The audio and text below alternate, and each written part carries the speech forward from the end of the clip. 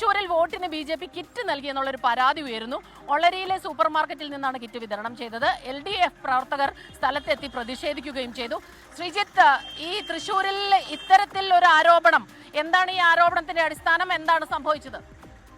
BJP പ്രവർത്തകർ kit വിതരണം ചെയ്യുന്നു എന്ന പരാതിയാണ് LDF നേതാക്കളായ VS സുനിൽകുമാർ അടക്കം ഉള്ള നേതാക്കൾ ഈ ഇതിനകം തന്നെ നടത്തുന്നത്. എന്തായാലും LDFന്റെ നേതൃത്വത്തിൽ പ്രവർത്തകർ വലിയ തോതിൽ വലിയ പ്രതിഷേധവുമായി ഈ സൂപ്പർ മാർക്കറ്റിലേക്ക് എത്തി.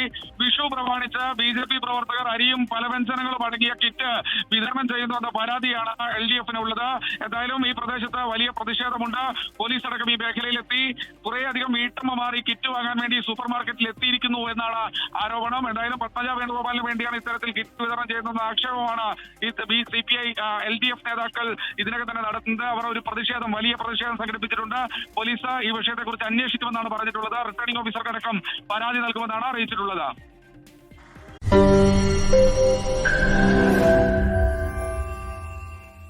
ലോകത്തെവിടെയായാലും ഏത് സമയത്തും 24 വാർത്തകളും ഓഗ്മെന്റഡ് റിയാലിറ്റി പാക്കേജുകളും എക്സ്പ്ലെയിനറുകളും വിശദമായി കാണാൻ ഞങ്ങളുടെ YouTube ചാനൽ നിങ്ങൾക്ക് സബ്സ്ക്രൈബ് ചെയ്യാം.